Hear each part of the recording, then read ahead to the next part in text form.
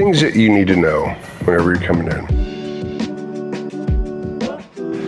I remember the first gym that I went into before I actually got into Jiu-Jitsu, and this was when I'd really kind of discovered UFC and MMA, and this is early days of that. And I went into an MMA gym and was super intimidated and did not go back.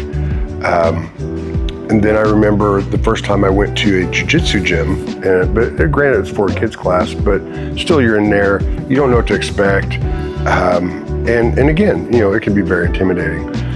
The thing that I really want people to understand is that everyone here is here to help you. No one is out to hurt you. This is not a competition of who's the toughest, who's the biggest fish in the pond, anything like that. This is about all of us being here together and learning and growing together. Jiu-Jitsu is this growing thing. It came to America, via the Gracies, and before that ever got to them, it came from Japan. I mean, there are different aspects. We're related to judo. We're related to Japanese jiu-jitsu. All these things, and there's great history books that you can read on this. But the reality is that it came over first, and it was about self-defense. And over time, it has become something more than that. And there are different aspects of it. There are different applications for jiu-jitsu. Of course, there's self-defense, and then there's the sport aspect of it that has really kind of just turned into this big thing over the last, 15 years. And it's all good. None of it's wrong. I am not a proponent of, it should only be self-defense, or, I don't care about self-defense, sport only, whatever. None of that matters. I love it all. We cover self-defense here. We cover sport. But then there are other aspects of jiu-jitsu you can get into.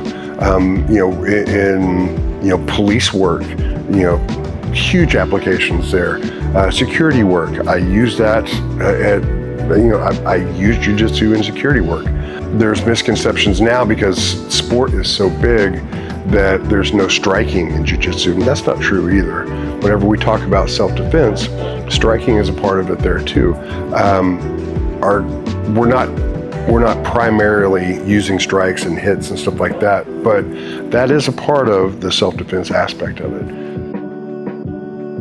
You put certain rules into jiu-jitsu, and then we have sport jiu-jitsu, and it's great. I love competing. I think that people should compete at least once. That's probably going to be, hopefully it's going to be the only time that you're put in an adrenalized situation that you have to use it.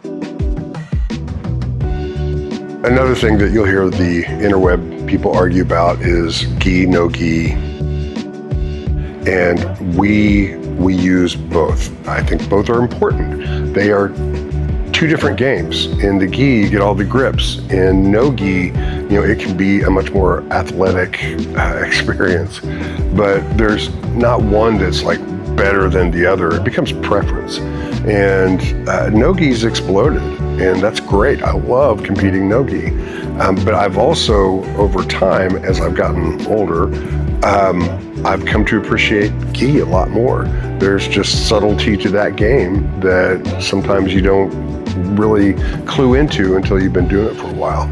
So again, it's not a right or a wrong, it's preference, and it's all part of how things grow and change over time. And it all adds to the greatness of jiu-jitsu. A lot of people think that when you come to jiu-jitsu that you need to get in shape first, and that is not the truth. Yes, get in shape, be healthy, but the reality is that coming to class and participating in class, that will absolutely help you get in better shape. We are not overtly using strength as our main go-to or tool. And what you start learning is that we're learning to use body structure, bone structure, movement, timing, things of that nature, over strength. Yeah, we use strength. It's in there, it's a part of it, but we're using these other things in place of that. Because I can only push so much, I can only bear so much weight. I have to start learning how to use movement. I have to start learning how to use my body structure and moving around someone instead of just trying to move someone with brute force. When you start, you will be using your body in ways that you're not used to using it. There's different ways that you're going to be using these muscles and moving around that are muscles that you don't normally use. And so just understand there's going to be some soreness. We get a little bruised up here and there. That's all a part of it. Learning how to stretch, good nutrition, rest, water, these are all going to be very important things.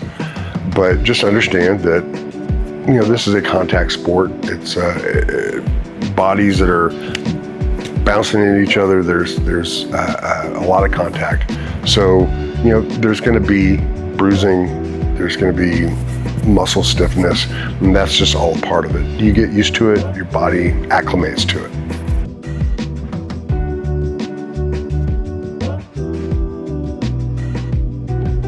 When you come to your first class, little things that you might not think of that I think are going to make your experience better. Wear sandals or flip-flops, very important. We don't walk around barefooted off the mats, and we don't wear shoes on the mats. So having something to slide in and out of is going to be very important. Don't wear all your jewelry. Take your earrings out, take your necklace off. Otherwise, it's going to get yanked on. It could get broken. So, no need to wear that. What else? Bring a bottle of water or a little jug or something so that you can stay hydrated. That's going to be very important.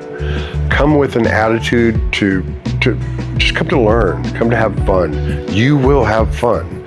This is challenging, and it can be physically uncomfortable at times, but it's so much fun. It is so mentally challenging, so physically challenging in the best of ways. So just come with a good attitude and come to have fun, and the people here are going to take care of you, and they're going to make sure that you're learning what you need to learn so that you can physically be safe with yourself and other people.